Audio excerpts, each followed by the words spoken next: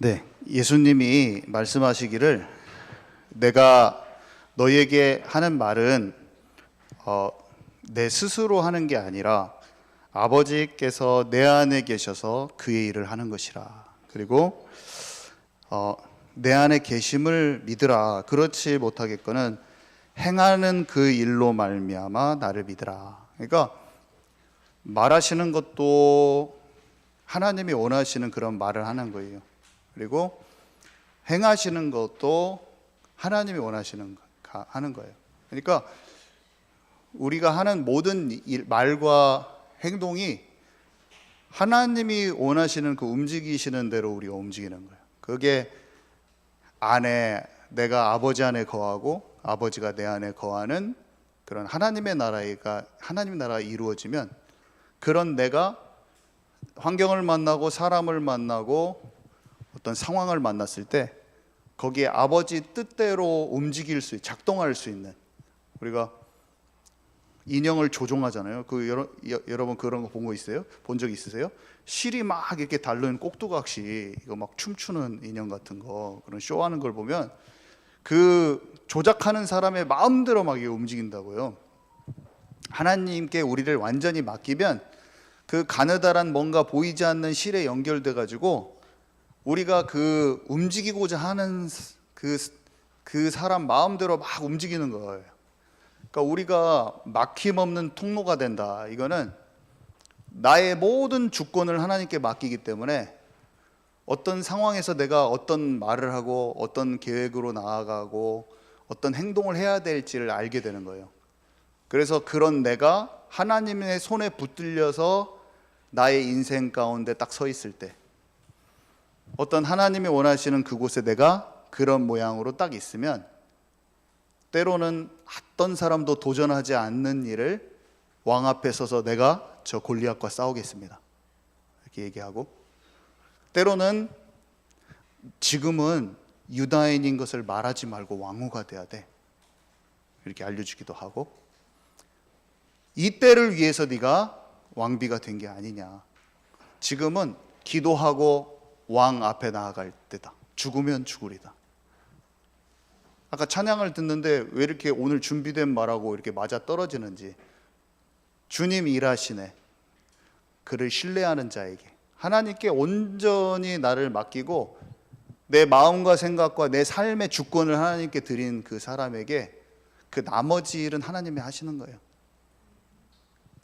우리가 하나님의 계획을 따라 움직입니다. 그렇지만 하나님께서 왕이 그 궁중 일기를 읽도록 하나님이 탁 말씀하신 거예요. 그러니까 하만의 계략을요 탁 막아낼 수 있는 중요한 하나님의 전략이 동작하도록 하나님이 그 일을 하시는 거예요.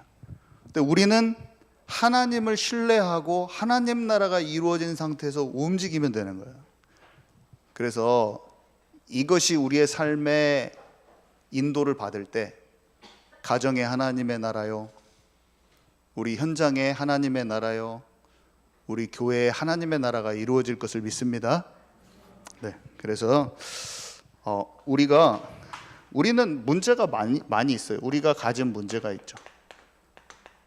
우리의 문제들 많이 있습니다. 나 자신이 나는 하나님께 인도도 받고 해야 되는데 왜 이렇게 안 풀리냐? 나 자신, 나의 질병, 또 나는 왜 이걸 꼭 왜 이렇게 해버리지? 나도 이렇게 안 하고 싶은데 이렇게 해버리지? 또 이 가족들이 구원받아야 되는데 왜 이렇게 다른 사람들은 잘만 가족들 돌아오더만 왜 우리 아들은 안 돌아와? 왜 내 남편은 이렇게 소굴식이야? 뭔가 이런 어려운 일들이 실타래처럼 묶여있을 수가 있어요. 실타래처럼 묶여있을 수가 있어요. 문제에 낙심하기도 쉽고요, 그 문제만 생각하면 포기하고 싶을지 몰라요. 도대체 하나님의 말씀은 어떻게 진짜 소화하는 건 뭐지? 어떻게 소화하고 어떻게 그것을 진짜 내 삶에 적용돼서 열매 맺지? 막 생각도 해봐. 자, 오늘 요셉은요. 요셉은 뭔가 힘을 갖고 있었어요. 요셉의 인생을 보니까 요셉은 하나님이 주시는 힘과 지혜가 있는 어떤 그 비밀이 있었어요. 비밀.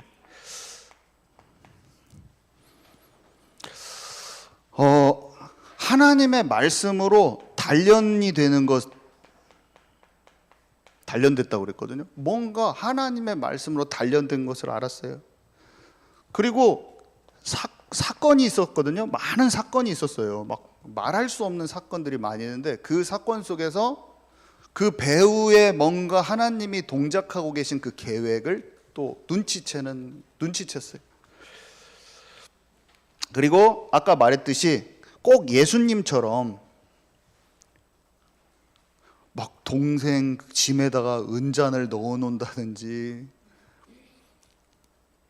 그 바로왕 밑에서 국무총리 돼가지고 막 그 사람들 막 눈에다 막 이렇게 그리거든요. 이렇게 하고 막 모자 이렇게 딱 쓰고, 아시죠? 이렇게 생긴 모자, 뱀 2마리 그런 거 쓰고 그 사람들 의복이란 말이에요. 그런 거 딱 쓰고 있는데 형들한테 또 자기 정체를 말 안 하고 숨겨요. 살짝 몰래 흐흐흐 울더니 형한테 가가지고는 한 놈을 가둬라 감옥에 막 그러고 막 형들 막 감옥에 3일 동안 막 가둬놓고, 뭐 하는 거야 도대체? 빨리 화장 지우고 막 형님들 저 요셉입니다 이렇게 안 해요.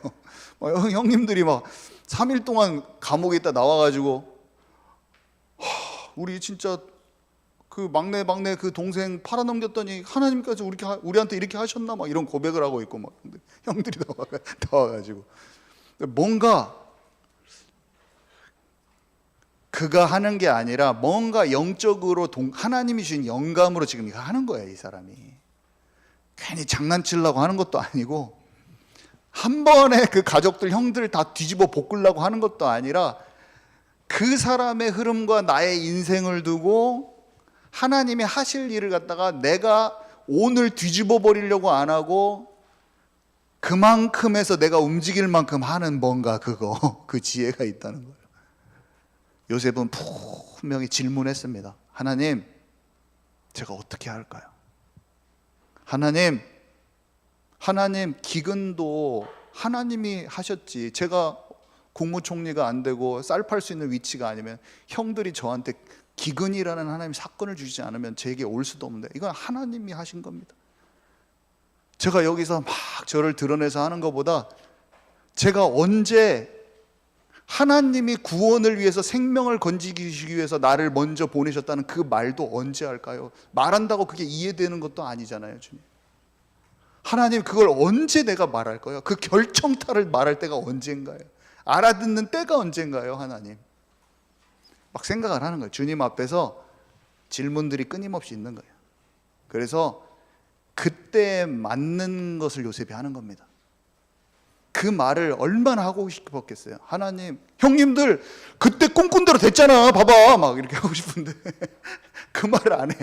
그 말 안 하고 마음에 코이 간직해놓고 울어요. 옆에 가서 울어요. 눈물을 닦고 형님들 앞에 와가지고 아닌 것처럼 딱 서서 너희 중에 한 명을 감옥에 가두고 아버지한테 보내서 동생을 데려오도록 해라 막 이렇게 할 때도 있고, 동생 왔더니 거기서 또 은잔을 막 동생 주머니에 숨겨놔. 뭔가 하나님이 우리에게 원하시는 그것이 우리의 삶에 동작되는 저와 여러분 되기 바랍니다. 예수님이 한 사람을 살려도, 한 사람의 눈을 병든 자를 치유해도 다 각각의 모양이 달라요. 어떤 사람은 침을 막 진흙을 발라가지고 눈에다 붙이고, 어떤 사람은 그냥 가라 그러면 치유될 것이다. 왜 다 똑같이 하지? 왜 틀리냐? 왜 다 다르냐? 그게 그때 주시는 성령께서 하시는 겁니다. 아멘이십니까? 그 사람한테 딱 맞는 거, 그 사람한테는 뭔가 그게 필요한 거예요. 그 상황에서는 그게 뭔가 필요한 거예요. 그것이 동작하면서 그 사람에게 뭔가 역할을 하면서 하나님이 역사하시는 거예요. 우리는 많은 상황이 있는데 질문을 거듭하고 하다 보면 내 것도 많이 하겠죠.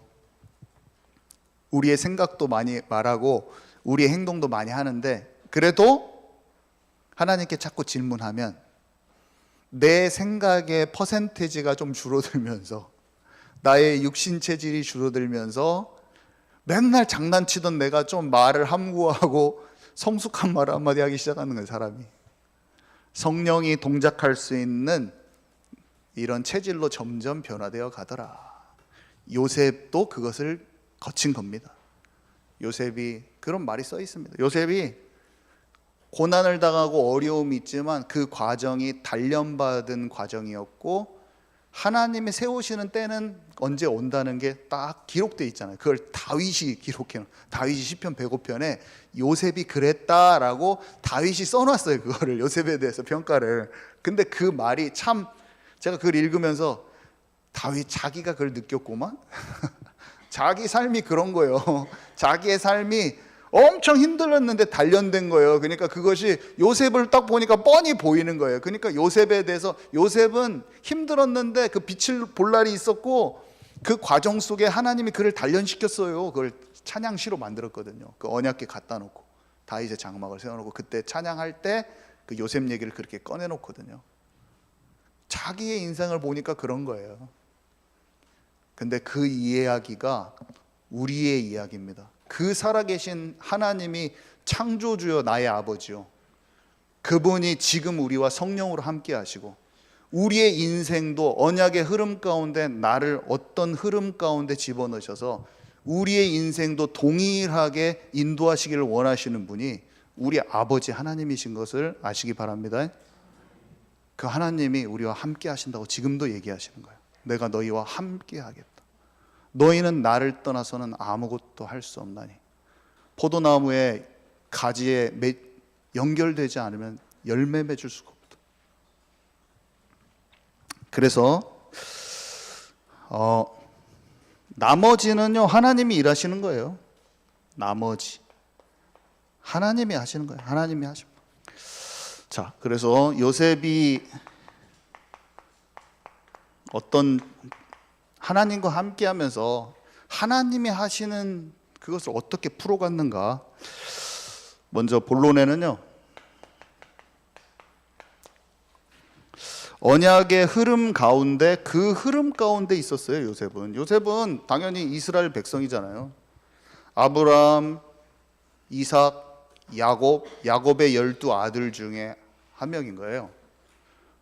하나님 말하죠. 모세한테 나중에 모세 떨기나무 앞에 섰던 모세를 부르셔서 하나님 뭐라고 하십니까? 내가 아브라함의 하나님이요, 이삭의 하나님이요, 야곱의 하나님이라. 내가 아브라함에게 그리스도를 보내기로 하고 그 땅으로 보내기로 하고 내 그 후손을 천하만민이 복을 얻게 한 그 약속을 준 그 하나님이야, 이 뜻이에요. 내가 아담에게 허락한 여자의 후손의 언약을 성취할 자로 아브라함을 내가 불렀는데 내가 그 하나님이야. 내가 그 백성들을 아브라함에게 불렀을 때는 아브라함을 불렀을 때는 그 아브라함에게 약속을 해줬는데 그때 약속이 뭐였냐? 모세가 이걸 다 압니다, 여러분. 고약 그걸 다 알아요. 아브라함에게 주신 약속을 모세는 알고 있어요. 마태복음 1장에 아브라함부터 예수 그리스도까지의 족보가 써 있는 것이 신약 첫 장인데 그게 뭡니까? 하나님께서 아브라함을 부르신 이유는 아브라함의 씨를 통해서 그리스도가 온다는 약속이 성취되었습니다. 이거를 마태복음 1장에 지금 얘기하고 있는 거예요. 하나님이 여자의 후손의 약속을 성취하기 위해서 아브라함을 부르셨어요. 근데 아브라함에게 창세기 15장에 약속을 해주시는데 그 약속 부분을 같이 읽도록 하겠습니다. 창세기 15장 13절에서 21절 종이에 있어요. 함께 읽도록 하겠습니다. 시작. 여호와께서 아브라함에게 이르시되 너는 반드시 알라. 내 자손이 이방에서 객이 되어 그들을 섬기겠고 그들은 400년 동안 내 자손을 괴롭히리니 그들이 섬기는 나라를 내가 징벌할지며 그 후에 내 자손이 큰 재물을 이끌고 나오리라. 너는 장수하다가 평안히 조상에게로 돌아가 장사될 것이요 내 자손은 4대 만에 이 땅으로 돌아오리니 이는 아무리 족속의 제약이 아직 가득 차지 아니함이니라 하시더니 해가 져서 어두울 때에 연기 나는 화로가 보이며 타는 횃불이 쪼갠 고기 사이로 지나더라. 그날에 여호와께서 아브람과 더불어 언약을 세워 이르시되 내가 이 땅을 애굽 강에서부터 그 큰 강 유브라데까지 내 자손에게 주노니 곧 겐 족속과 그니스 족속과 감몬 족속과 헷 족속과 브리스 족속과 르바 족속과 아모리 족속과 가나안 족속과 기르가스 족속과 여부스 족속의 땅이니라 하셨더라. 아멘. 그 땅에 간다고 그랬는데요. 그 땅에 가기 전에 뭔가 일이 있다는 거예요. 아브라함에게 주신 약속은 니시 그리스도에 관한 언약과 그 다음에 그 땅에 가면 거기가 메시아가 올 땅이죠. 거기에서 십자가 부활 사건이 있을 그 땅에 가는데 그 이스라엘 예루살렘 땅 그곳은 예루살렘은 제가 많이 말씀드렸잖아요. 예루살렘의 성전과 이 모든 것은 예루살렘 성읍 파괴된 그 성읍은 하나님의 백성을 뜻한다고 그랬잖아요. 내 백성 예루살렘아, 내 백성 예루살렘아, 시온에 따라 너 이스라엘아, 너 예루살렘아, 내가 암탉이 새끼를 그 날개 아래 모으렸던 했던 것 같이 너희들을 얼마나 내가 내 품으로 품으려고 했느냐. 너희가 하지만 그것을 거절하였다. 선지자들을 죽이고 거절하였다. 주님이 아브라함을 통해서 열매 맺기를 원했던 것은 극상품 포도나무를 심어서 열매 맺는 이 들포도가 아닌 진짜 포도가 되기를 원하셨어요. 참된 열매 맺는 무화과 나무 이렇게 표현하기도 하시고 하나님이 구원받을 전 세계가 구원받기를 원하시는데 구원받게 될 그 모델이 되는 백성이 일어나기를 원하셨어요. 그러니까 제사장 나라요 그게. 그래서 이스라엘 백성이 그렇게 되기를 원하셨는데 그 백성이 자꾸 놓쳤잖아요. 자꾸 놓쳤어. 빛을 받고 빛을 전달해야 될 백성이 자꾸 놓치니까 성읍이 파괴되고 성전이 파괴되고 막 그런 거예요. 그 제가 원리를 설명했잖아요. 한번 커플이 서로 사랑해서 증표로 목걸이를 나눠 가졌는데 여자가 바람피니까 목걸이 필요 없는 거예요. 버려야지. 그 목걸이에 의미가 없는 거예요. 한마디로 성전과 모든 예루살렘 성읍은 하나님과 구원받을 백성 사이의 사랑의 증표라. 아멘이십니까? 쉽게 얘기하면 그런 거예요. 우리가 그것을 놓고 너와 나의 언약을 정말 기억하자 이런 거예요. 쉽게 얘기하면. 근데 그게 있을 필요가 없으니까 막 부서진다고 하는 거예요. 주님께서. 목걸이는 사랑하는 관계가 있을 때 더 의미가 있는 법입니다. 서로에게 나눠준 그런 귀한 선물은 그 관계가 깨지지 않을 때 더 빛이 발하는 법입니다. 성전이 하나님의 사랑을 아는 자들이 그 성전을 귀하게 여길 때 그 성전이 빛이 나오는 법입니다. 이 교회도 마찬가지예요. 이런 것도 복음을 진짜 사랑하는 사람들이 건물도 소중히 여기고 아끼는 것이지. 자, 그래서요 이방의 객이 된다고. 근데 여기로 바로 간다고 안 돼 있고 창세기 15장에 보니까 어떤 나라에서 고생을 400년이나 하다가 나간대요. 그 내용이 써 있는 거예요. 4대 만에 나가네. 400년이라고도 써 있고 4대 만에 또 나간대요. 그러면서 희생제사를 동물을 죽여서 희생제사를 하나님이 친히 하시고 거기에 횃불로 불 모양으로 자기가 지나가시고 언약을 체결해 주셨어요. 약속해 주셨어요. 내가 이렇게 할 거야. 너의 민족이 가서 생고생하다가 갈 거야. 그 얘기를 해주셨어요. 그래서 그 나라가 뭐냐면요, 이방의 객이라는 것은 이방, 다른 나라의 객, 손님, 객은 손님, 객. 그러니까 다른 나라에서 종살이 한다는 뜻이에요. 이방의 객은 종살이 400년 한다는 거예요. 종살이 400년. 그리고 나와가지고 가나안 족속의 땅. 가나안은 함의 자손들이에요. 함의 계보거든요. 노아의 자식 중에 함, 그 말 안 들은 함. 그래갖고 다 망했어. 아프리카 쪽에 사람들 다 망했는데 그 중에 가나안이 그 자손이었는데 그 자손 중에 한 명이 그 가나안 족속들이거든요. 얘네들 가나안 아들들이거든요. 이 족속들, 그니스 족속 얘네들이. 근데 얘네들이 터를 어디에 잡았냐면 이스라엘 땅에 터를 잡고 살았는데 얘네들이 아버지도 성적으로 좀 문제가 있었잖아요. 거기서 전부 다 우상 숭배하고 그냥 거기서 난리를 새기면서 언약의 백성이 아닌 완전히 반대 방향으로 거기 살고 있는 거예요, 지금. 근데 그 땅을 차지한다고 그랬어요, 하나님이. 이 땅은 그들이 지금 살고 있지만 내가 너희에게 준 땅이야. 거기가 그리스도가 올 땅이고 거기가 네가 차지해서 내가 거기에 하나님 나라의 모델적으로, 인간이지만 세상 나라의 수많은 나라들은 세상 나라 중심, 사탄 나라 중심, 물질 중심, 세상 중심, 나 중심 다 살고 있는데 거기에는 나 하나님을 아버지로 믿는, 내가 너희들의 아버지가 될 것이다. 너희들은 내 자녀들이 될 것이다. 그 나라를 내가 세울 것이다. 내가 통치하는 그 나라야. 그것을 최고 잘 알았던 사람이, 원리를 잘 알았던 사람이 누구예요? 다윗 왕이죠. 그러니까 그 후대에 있는 모든 왕이 다윗 왕에 비견돼서 다 평가받아 버려. 뭔가는 괜찮게 했지만 다윗 왕보다는 쬐게 모자랐다, 막 이렇게 평가되는. 왜 그러냐면 다윗 왕이 어마어마하게 하나님의 마음에 합한 자였거든.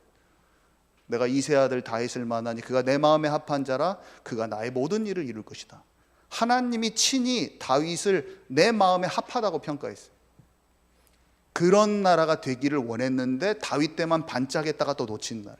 그러니까 다윗이 예수님의 모델이죠. 왜냐하면 반짝했는데 참된 빛이 오기 전에 한번 탁 반짝 세워졌던. 그러니까 다윗의 자손 예수요. 호칭이 다윗의 자손 예수인 거예요. 아멘이십니까? 그런 과정 속에 있는 거예요. 그런데 그 언약의 흐름들을 사람들이 잘 알았는데요. 종살이 400년을 하고 나가는 거예요. 근데 이 애굽이란 나라에 들어올 때 쓰임 받은 사람이 입애굽, 나갈 출애굽할 때 쓰임 받은 인물은 모세. 입애굽할 때 쓰인 인물은 요셉. 요셉은 하나님의 절대 언약의 흐름 가운데 아브라함에게 주신 그 예언에, 하나님께서 주신 그 말씀의 성취에 있어서 이방의 개국객, 다른 나라로 들어가는데 그 인생이 쓰임받은 인물이라는 것을 아시기 바랍니다. 그래서요, 뭔가 하나님은 우리에게 뭘 말씀하시냐, 하나님의 흐름이 있어요. 전 세계가 종말로 가고 있어요. 하나님이 창조하셔서 종말이 있어요. 그때 예수님의 초림도 있고 재림도 있고, 성전을 지을 때가 있고 파괴될 때가 있고 재건할 때가 있고, 막 여러 가지 때가 있단 말이에요. 성전 재건에 쓰임 받았던 인물들이 있잖아요. 다니엘이 1차 성전 재건의 배경이 됐고, 에스더는 2차 3차 재건의 배경이 됐고, 자신만의 미션과 하나님이 정하신 언약의 흐름 가운데 자신만의 퍼즐 조각이 있는 걸 아시기 바랍니다. 그래서 요셉은 퍼즐 조각이라고 써볼게요. 자기의 퍼즐 조각을 정확히 알았어요. 일단 인생에서 뭐 엎치락 뒤치락 하면서 응답받고 안 받고를 떠나서 인생, 하나님이 만들어 놓으신 세상의 시간표 위에서 자기의 위치 속에서 자기의 퍼즐 조각을 정확히 알고 있어요. 하나님은 우리가 예수님이 재림하시기 전에 마지막 때로 가고 있는 이 세계 속에서 세상의 흐름을 정확히 알고 나에게 주신 미션, 그 퍼즐 조각을 찾기 원하십니다. 아멘이십니까? 그것을 딱 찾는 저와 여러분 되기 바랍니다. 자, 그래서 막 고난도 있죠. 고난이 있어요. 뭐 오해, 누명, 배신, 상처, 이런 것은 이 속에서, 이것을 아는 속에서 내가 이제 경험해 들어가는 겁니다. 기다릴 때가 있어요. 고난 받을 때가 있고, 기다릴 때가 있고, 용서할 때가 있고, 막 그래요. 그거는 어떤 하나님의 사람이든지 다 겪어요. 그러면서 하나님의 형상으로 회복되어지는 과정을 겪습니다. 그것을 욥은 뭐라고 말했냐? 정금이 된다고 표현했어요. 불순물이 빠져가는 과정이라고 표현했어요. 신약에서는 온전케 된다고 그래요. 사람이 온전케 된다고. 영혼육이 점도 흠도 없이 된다고도 표현되어 있고, 혼이 치유된다고도 표현되어 있고, 하나님의 형상이 회복되어져 가는 그 과정을 모든 사람이 거치면서 어린아이가 장성한 자로 된다고도 표현되어 있습니다. 이 모든 말이 같은 것입니다. 우리는 하나님의 씨, 겨자씨 같은 믿음이 큰 나무로 새가 깃들기까지 자라는 것을 이 주님이 너희는 나와 같은 일, 나보다 더 큰 일도 하리라. 예수님의 형상까지 자라갈 수 있다는 것을 오늘 다시 한번 기억하는 저와 여러분 되기 바랍니다. 그래서요, 주의 계명이 나와 함께함으로, 주의 계명이 나와 함께함으로 내가 원수보다 지혜롭나이다. 원수보다 지혜롭습니다. 하나님의 말씀을 가까이 하면, 그리고 내가 주 안에서 참 평안을 얻고, 진짜 그러면 그때 분별력이 상승해요. 분별력. 어둠의 것들이 보여요. 속지 않게 돼요. 지혜가 임해요. 하나님이 내게 원하시는 게 뭔지 알아요. 그러니까 하나님의 손에 맡겨져서 작동할 수 있는 영적 상태가 되는 거예요. 그러니까 어둠이 공격해오는 것도 잘 알고, 내 안에서 뭐가 꿈틀대는 것도 점점 더 보이고. 처음에는 잘 안 되죠. 처음에 되면은 전부 다 갑자기 깐난 아이가 갑자기 다음날 장성환자로 돼가지고 탁탁 걸어가면 이상하잖아요. 그죠? 하나님께서는 초등학교 때, 중학교 때 다 그 걸음도 하나님께서 다 키가 자라고, 지혜가 자라고, 영성이 자라고, 내 달란트도 자라가는 그 모든 과정을, 아이고 예뻐라, 이렇게 잘하고 있네, 잘했어, 넘어졌을 때도 일어나, 다시 가보자. 하나님이 우리의 인생을 두고 우리를 그렇게 자라가게 인도하시는 것입니다. 그래서 한 번에 팍 다 끝나지 않아요. 절대로 아무리 봐도 한 번에. 그래서 내 자신에게 낙심할 필요가 없어요. 포기할 필요도 없어요. 하나님이 나를 이끌어 가시는 것을 계속 보면서 자꾸 나를 하나님의 형상으로 자라가는 것을 보면 되는 것입니다. 그래서 지금 내가 있는 곳이요, 내가 있는 곳, 그곳이 하나님이 보내신 곳인데 현재 내가 하는 것이 나의 미래예요. 요셉이 보디발 장군 집에 갔어요, 노예로. 근데 그곳이 국무총리 축소판이야. 이집트라는 나라를 최고 잘 축소해 놓은 것이 그 장관 집이야. 어디 농촌에 가면은 그 집에 가정총무로 해가지고 그 장관 집을 갖다가 다스려 보니까 그 집을 다스려 본 사람이 나라를 최고 잘 다스리는 거예요. 사실은 어떤 사람보다. 농부의 집에서 가축을 막 다루던 사람이 갑자기 왕궁에서 일 못해요. 그 장관 집 안에 이미 관직, 이 신하들의 그 죄수들의 감옥이 있을 정도로 그냥 거의 왕궁 수준이야, 시스템이. 그런 데에서 문화와 정치와 경제와 언어와 모든 것을 섭렵할 수 있는 기회를 얻어서 하나님이 그 자리에 보내시기 위해서 인턴십을 시킨 거잖아요. 그러니까 하나님이 형들한테 배신당했다고 상처만 내가 상처만 갖고 있을 사람은 거의 안 보이죠.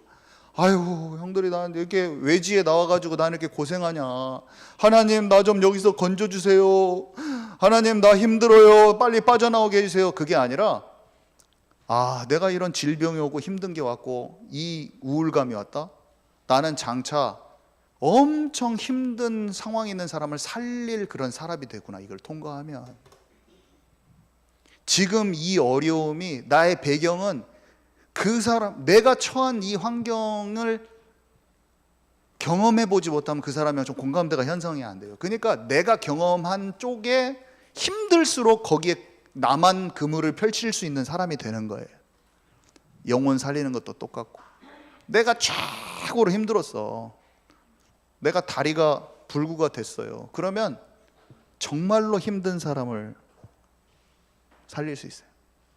박위라고 하는 그 하반신 불구된 청년이 있는데, 이 사람이 가는 영역은 좀 다르더라고요. 진짜 많은 사람을 살리더라고요. 불구인데 하나님을 진짜 사랑해, 청년인데. 그러니까 정말 많은 사람의 마음을 녹이더라고요. 그 사람이 그렇게 됐는데 그게 아픔이 아니라 하나님께 감사만 하고 있어요. 이 사람은 어떻게 이렇게 해야 되지? 너무 신기한 거예요. 우리가 경험했던 아무리 힘든 것도 그것이 빛을 받아버리면, 빛을 받으면 먼지도 반짝이는데, 생명 가진 우리 하나님의 본래 형상인 우리가 하나님의 빛을 받으면 진짜 많은 사람을 살리는 빛을 발하는 사람이 되는 것입니다.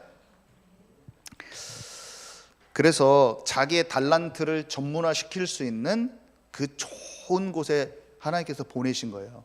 노예라고 생각하고 힘들다고 생각하면 그 좋은 기회를 내가 너무나 가볍게 생각할 수가 있죠. 그래서 거기에서 작은 일을 성실히 한 거예요. 감옥에 갔을 때는 어땠습니까? 누명 쓴 것만 생각하고 오해받은 것만 생각하면 못 버텨요. 상처만 안고 사는 거예요. 이렇게 힘든 누명을 통해서 많은 사람을 이해하는 거예요. 이렇게 힘든 상황을 통해서 원수까지 사랑하는 성품으로 바뀌는 거예요. 처음부터 어떻게 사람이 상처받고 배신당하고 누명 썼을 때 사랑이 안 돼요.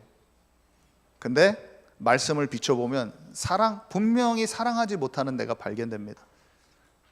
영적인 근력이 하루씩 생기는 거예요. 그런 안 되는 나를 은혜의 보좌 앞에 가지고 나가는 거예요. 하나님, 솔직히 생각해 보면 사랑이 안 돼요. 솔직히 생각해 보니까 용서가 안 돼요. 하나님, 나를 치유하여 주옵소서. 하나님, 나에게 새 힘을 주옵소서. 이해하고 사랑할 수 있는 힘을 주옵소서. 그러면 어떻게 되냐면 마음에 그 사랑하는 마음이 생겨요. 정말로 미워하고 오해하고 그래도 그 마음이 점점 없어집니다. 그러면 마음에 자유감이 생겨요. 자유함이 생길수록 더 잘 보여요. 사람들이 힘든 것도 더 잘 보여요. 그때 살릴 수가 있어요. 그때 뭐가 동작하냐면 경직된 내 마음에는 하나님의 지혜가 동작하지 않는 경직됨이 있거든요. 누구를 미워하잖아요. 그러면 나의 단단함과 고집스러움과 경직된 게 전달이 되는데 내 마음에 미움이 사라지고 점차 하나님이 주신 힘으로 차기 시작해. 처음에는 잘 안 되지만 그러면 그게 차기 시작하잖아요. 나중에는 하나님이 나를 움직일 수 있는, 동작할 수 있는 사람으로 변화돼. 그래서 내가 말 한마디를 탁 하면 그 사람이 마음을 딱 열고 진짜 하나님의 역사가 시작되는 거예요. 그러면 진짜 가족이 죽기로 돌아오기 시작합니다. 가족이 먼저 알아봐요. 가족이. 그래서 가족 구성원 중에서 정말 당신이 힘이 있으니 진짜 예배를 회복하자 이렇게 나와버립니다. 사람들이. 그 일을 하나님이 언제 시작하시냐? 내가 고통을 통과하고 내가 진짜 힘들었지만 그 사랑이 자라서 마음의 평강이 온 어느 지점에, 내가 완전하지 않은데 어느 감당할 수 있는 지점이 딱 왔을 때 하나님 그때 사건을 딱 일으키셔서 딱 일을 시작하셔요. 내가 딱 준비된 그때 요셉이 국무총리로 딱 되는 날입니다. 그때 다윗이 엔게디 광야에서 나오는 날입니다. 하나님이 저와 여러분들을 아무것도 기약이 없는 것 같은 순간에 지금 훈련시키고 계시는데 훈련을 잘 받아서 그날은 반드시 와요. 늦지 않게 와요. 우리는 늦을 것 같은데 하나님은 안 늦고 정확한 때 온다고 항상 말씀하셔요. 제가 혹시 언제 오지? 근데 하나님이 제 마음에 분명히 말씀해요. 그게 늦지 않을 뿐더러 네가 생각하는 것보다 빨리 온다 이렇게 말씀하시더라고요. 내가 그 음성이 들렸을 때 어떻게 되냐면 내 마음에 하나님의 계획을 알기 때문에 오는 평안이 와버리는 거예요. 놀랍죠? 제가 어떻게 합니까? 기도 속에서 음성을 듣는 거죠. 분명히 말씀하시는 거예요. 제가 적어놨어요. 저거 메모장에 적어놨어요. 몇 월 며칠 하나님께서 내게 기도할 때 주신 마음. 나는 왜 이렇게 하나님의 음성이 들리는지요. 주님께 진짜 기도할 때 주님이 나에게 주님의 뜻을 알려주시는 거예요. 다니엘은 들었어요. 요셉도 들었어요. 사무엘은 사무엘아. 엘리 제사장님 저에게 말씀하셨습니까? 사무엘아. 엘리 제사장님 저를 부르셨습니까? 사무엘아. 여호와 하나님께서 너를 부르신 것이다. 하나님의 말씀을 듣고 하나님의 음성을 듣는 것이 어려운 것이 아닙니다. 너에게 성령을 물붓듯이 부어주리라. 우리 하나님께서 우리에게 채널을 열어주신다고 말씀하셨어요. 하나님과 더욱 깊어지는 안테나를 세우는 저와 여러분 되기 바랍니다. 그래서 뭔가 이런 어려워 보이는 어떤 이제 이러고 이제 훈련을 받고 성실히 내가 있는 곳에서 성실히 맡은 바 일을 성실히 하면 지금 그곳이 이미 작동을 하고 있거든요. 지금 작동하고 있어요. 그 만남들, 내게 주어진 만남들. 어떤 선생님이 붙어졌는데요. 그 지금 이미 하나님 주신 거예요. 그 만남을. 어떤 만남들이 붙어졌어요. 멘토가 붙어졌어요. 지금 그게 하나님이 이미 주신 건데 그 안에서 성실하면 영적인 것과 육신적인 기능이 개발되면서 전문화되고 있어요. 내가 받았던 지난날의 상처나 여기에 매여 있지 않아요. 그냥 내 안에서 거기서 충실히 자라는 거예요. 근데 기다림의 시간이 와요. 세상에서는 기다림의 시간이 오면 응답이 없죠. 그러니까 조급하고 분노가 일어나고 계산이 되고 서두르고 다 그렇게 돼버려요. 왜 그러냐면 교제 속에서 그게 안 들리니까 음성이 하나님께서 하실 일이 믿어지지도 않고 지식적으로는 믿어 근데 내 마음에는 안 떨어져. 그러니까 조급해지는 거예요. 성경에는 다 써 있어요. 요셉은 그랬더라, 다윗은 그랬더라. 근데 여러분 뭘 찾아야 됩니까? 영의 기도, 깊은 기도를 찾아서 그것이 나의 것으로 하나님께 받아야 됩니다. 이거는 이상한 게 아니에요. 내가 그것을 받아야 돼. 그러면 그 사람 마음에 가식적으로 만들어낸 평안이 아니라 실제 하나님께서 내게 함께 하셔서 내 가슴팍에 주시는 게 있기 때문에 평안이 와버린 거예요. 그러니까 기다릴 수가 있는 거예요. 정말이요. 믿음에서 나오는 참된 소망은요, 기약이 없는 응답 없는 시간을 이겨낼 수 있는 힘이 되는 거예요. 반드시 그렇습니다. 그래서 기도를 하고 집중 속에 들어가면 그것이 만나지는 지점이 와요. 그때 아무리 벼랑에서 몰리고 죽는 위험에 처해 있어도 마음이 깊은 사람들은 모르는데 큰 평안이 와서 내일 죽을 일이 있는데 내일 그냥 죽을 일이야 벼랑에서. 근데 왜냐하면 기도하다가 그걸 주는 거예요. 내가 너에 대한 계획을 무너뜨리지 않겠으니 내가 너를 향한 일을 반드시 이룰 것이다. 그것이 마음에 들려진 사람이 그 눈에 보이는 그 일에 흔들려요? 절대로 안 그래요. 그러니까 사자굴에 괜찮은 거예요. 정말로 괜찮은 거예요. 그것을 받는 저와 여러분 되기 바랍니다. 받을 수 있습니다. 기도하는 사람은 반드시 하나님이 말씀하셔요. 그래서 하나님의 착고에서 풀릴 때는 여호와의 말씀이 응할 때라. 하나님의 말씀이 나를 단련하였습니다. 하나님의 형상이 회복되는 과정이고요. 자, 그리고 세 번째, 용서하는 그 원수보다 지혜롭게 되면서 용서하게 돼요. 형제 부모를 진짜 용서하고 치유하고 답을 주게 되는 타이밍이 와요. 우리가 아무리 예수님 믿어도 우리의 마음 생각이 혼이 치유가 덜 되었기 때문에 혈과 육의 싸움을 많이 하죠. 우리가 이게 한 번에 예수 믿는다고 잘 안 돼요. 함부로 누가 말하면 내 낯빛이 바로 변하지.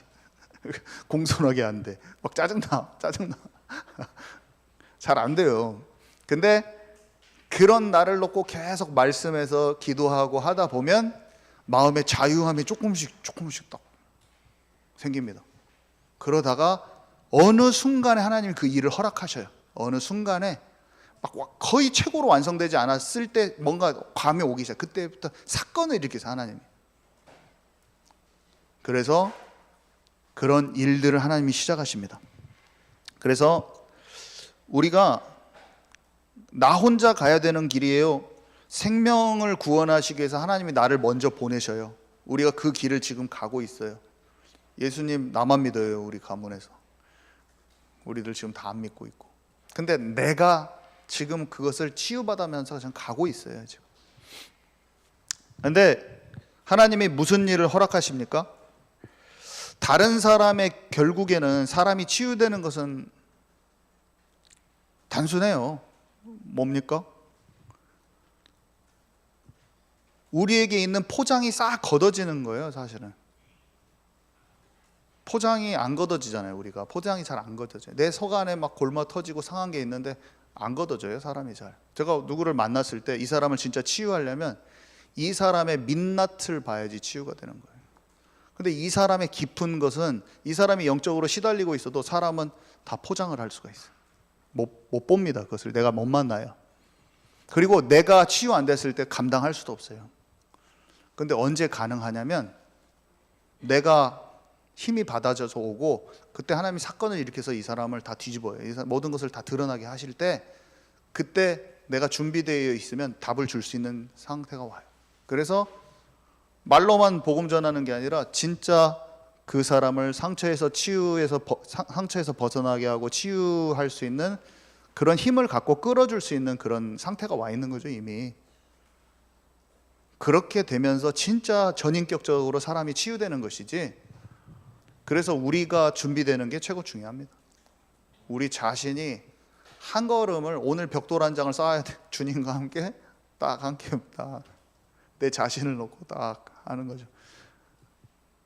내 자신을 놓고 벤치프레스를 딱 한 개를 딱, 근육이 한 줄 딱 생기는데 모아져서 힘이 딱 생기는데 그 힘을 무시할 수 없다는 거예요.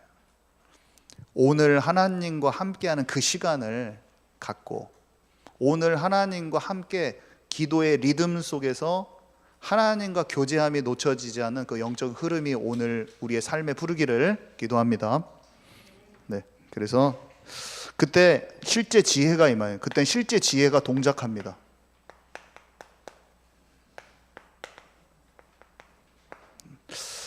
제가 너무 신기한 것 같아요. 저는 이게 참 어떻게 동작하냐? 때가 이른 거예요.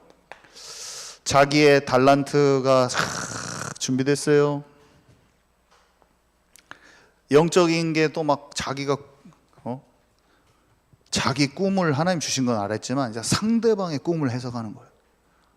술 맡은 관원장, 떡 맡은 관원장의 하나님의 영감을 통해서 상대방의 영적 흐름을 딱 알아줘. 그 사람을 향한 하나님의 계획을 보는 눈이 활짝 열리면서 나에 대한 계획이 흘러가는 것도 인생을 통해서 확인됐지만 상대방을 사역함에 있어서 영적 흐름, 하나님의 계획을 아는 눈이 탁 열리면서 왕 앞에 섰을 때는 왕을 통해서 하나님이 시대를 통찰하는 걸 보여주시기 원하시는데, 그 꿈을 통해서 꿈이 다 훈련되어 있는 거예요. 이미 자기 꿈, 너의 꿈. 근데 경제의 흐름, 전 세계의 경제의 흐름을 꿈을 꾸거든요. 7년 풍년, 7년 흉년. 근데 기능적으로는 나라를 어떻게 다스릴지에 대한 모든 것이 전문화가 되어 있는 상태에서 꿈을 맞추는 것도 이 사람의 탁월함이 갖고 있고, 이 사람이 영적인 탁월성도 가지고 있고, 그 문제에 대한 해결책을, 전문성을 가지고 나라를 다스리는 육신적인 기능도 이 사람한테 와 있는 거야. 거쳐오는 그 모든 과정이 이 사람을 하나님의 본래 목적대로, 그 형상대로 완성시키는 과정이었어요. 그래서 하나님은 갑자기 순간적으로 이 사람한테 능력을 주셔서 쓰시는 것도 있지만, 그 모든 과정 속에서 영성과 기능과 이 달란트가 조합되면서 발전하는 그 과정도 하나님이 중요하게 여기시고, 그 사람의 혼이 치유되고 용서할 수 있는 힘, 먼저 생명을 구원하시, 그 상처 안 받고 상처에서 넘어서고, 상처도 있었겠죠. 조금 그 마음이 안 아팠겠어요? 마음이 아팠지.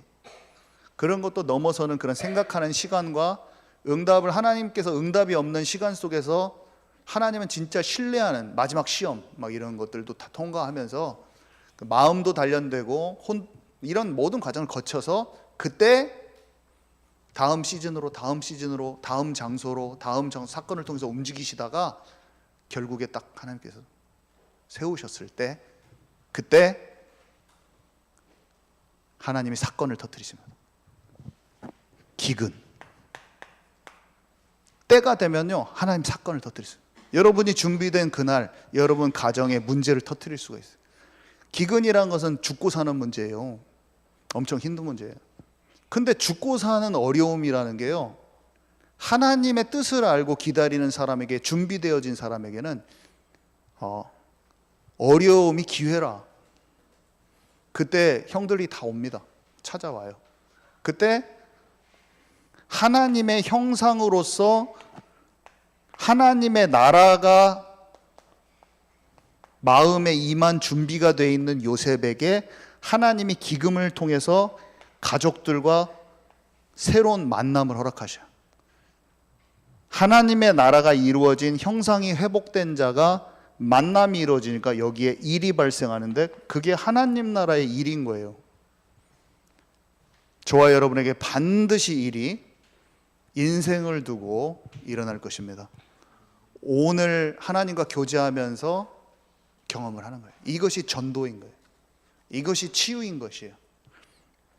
그래서 지혜를 막 주시죠. 지혜. 아까 제가 처음에 좀 얘기했지만 형들한테 막 가가지고 바로 말 안 하고 자신을 감추고 감옥에 집어넣었더니 우리가 죄져서 그래 막 하면서 막 생각하는 시간이 있고, 동생의 짐에 은잔을 숨기고 형들이 준 돈을 몰래 돌려보냈더니 형들이 막 잠시 깨달아요. 내가 동생한테 몹주을지 이거 하나님이 하신 게 아닐까? 이렇게 말해요.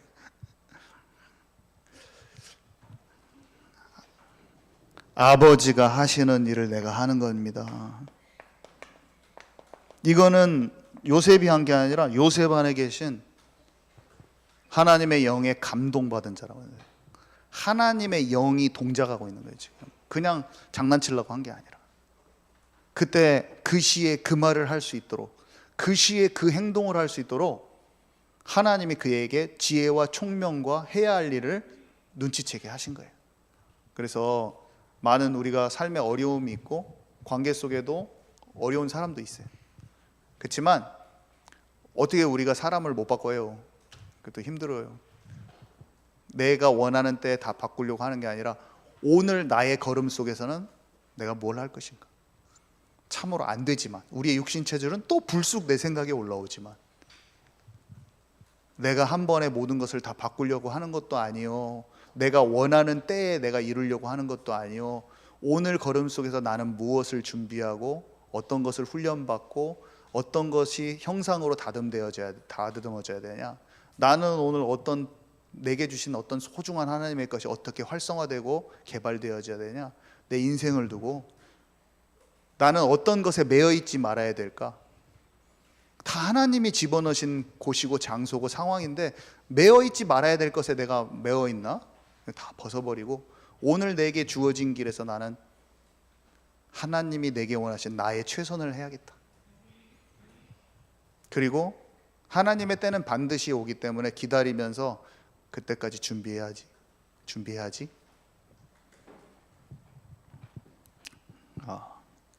그러면서 형들이 왔잖아요. 형들이 나중에 결국 생명을 구원하기 위해서 하나님이 저를 먼저 보냈습니다. 그거는 꽁꽁 감춰졌다가 아버지 돌아가신 날 형들이 뭔가 가슴이 푹 무너지면서 나를 너희 종삼아라 막 하고 막 하거든요. 결정타를 그때 형들 돌아왔는데도 수년간을 참고 안 말했던 그 말을 그때 딱 해요. 펑펑 웁니다. 형들이 돌아왔는지 안 돌아왔는지 막 잘 안 써 있지만 많은 사람들이 그때 회개했을 거라고 많이 말해요. 그랬을 것 같아요. 마음이 그때 딱 말해요. 요셉이 하나님께서 지금까지 했던 얼마나 말하고 싶었겠어요. 근데 말 안 해요. 그래서 또 하나님이 원하시는 일이 뭔지 알아요. 참 놀라운 게요, 입애굽을 했잖아요. 근데 요셉은 출애굽할 것도 알고 있잖아요. 자기가 죽은 400년 후에 출애굽을 할 걸 딱 알고 있거든요. 애굽이란 나라는 완전 우상숭배 나라예요. 진짜 우상숭배가 최고로 센 나라예요. 그냥 무조건 벽에 옆에 그려 있는 게 전부 다 우상이야. 잘못 건드리면 다 우상숭배 해버려. 아니 지금 70명, 자기 가족이 70명이거든요. 그 70명이 나중에 200만으로 불어날 거야. 요셉은 알고 있어요. 이 나라에서 그 자손들이 엄청 많아질 것을. 70명이 들어왔는데 모세 때 200만, 250만이 돼서 출애굽을 하거든요. 이 사람들이랑 같이 문화 속에 살면 다 우상숭배 다 해버리는 거예요. 요셉이 형들한테 말해요. 형님들, 애굽 사람들은요 목축업하고 짐승 잡아가지고 이렇게 하면, 한국에서도 그게 천한 직업이잖아요. 옛날에 도살을 하고, 여러분 우리는 막 양을 잡고 막 도축을 하거든요. 이스라엘 백성들. 이집트 사람들이 하여간 천대하는 거예요. 당신들이 우리가 그걸 한다고 말하십시오. 솔직하게 말하시고, 이 사람들이 싫어하면서 구분 지어가지고 딴 데 고센 땅으로 보내버려요. 딴 데 가서 살으라고. 요셉의 지혜가 다 하나님이 아버지의 뜻대로 하는 거예요. 요셉이 다 기도했는데 우리 백성들은 장차 출애굽하고 가나안 땅 가야 돼. 여기 안주하고 이집트에서 살 사람들이 아니야. 다 알고 있어요. 나중에 내 해골을 가지고 가십시오. 형님들한테 말해가지고 바로 왕한테 말하는 그 모든 것이 성령인도. 언약을 아는 자가 움직이는 말과 행동이 거기에서 딱 나오는 거예요. 그래가지고 바로가 같이 못 살게 하고 얘네들만 따로 살게 하는데, 그 고센 땅이 어디냐? 북동쪽인데 가나안 땅으로 바로 나가기 가장 좋은 땅이야. 남서쪽에 있었으면 이집트를 뚫고 가야 돼. 중간에 가다가 이집트 사람들이 다 막아버려. 떠나기 가장 좋은데 거기 사는 거예요. 우리 교회가 IC 가까운 데 있어가지고 떠나기가, 오기도 편하고 떠나기도 좋잖아요. 전주에서 떠나기가 편하잖아요. 그런 데야. 서울로 떠나기가 편해. 하나님의 섭리예요. 요셉이 언약을 아는 자로서의 지혜, 하나님의 뜻을 아는 그 언약적인 흐름 가운데 지혜와 자기의 인생의 사람들과 사건을 만났을 때 지혜가 풍성했던 것은 하나님의 영에 감동되는 것이 가장 중요한 것을 알고 하나님을 가까이 한 거예요. 그러니까 아버지의 뜻대로 예수님이 동작했던 거랑 똑같은 일이다. 오늘 우리가 이걸 다시 한번 잘, 이미 알지만 뭐 요셉이 하나님의 영에 감동된 걸 모르는 사람이 어디 있습니까? 하지만 다시 한번 이것을 잘 보고 우리의 삶에 하나님의 영으로 충만하고 하나님의 지혜로 충만한 우리의, 저와 여러분의 인생이 되기를 원합니다.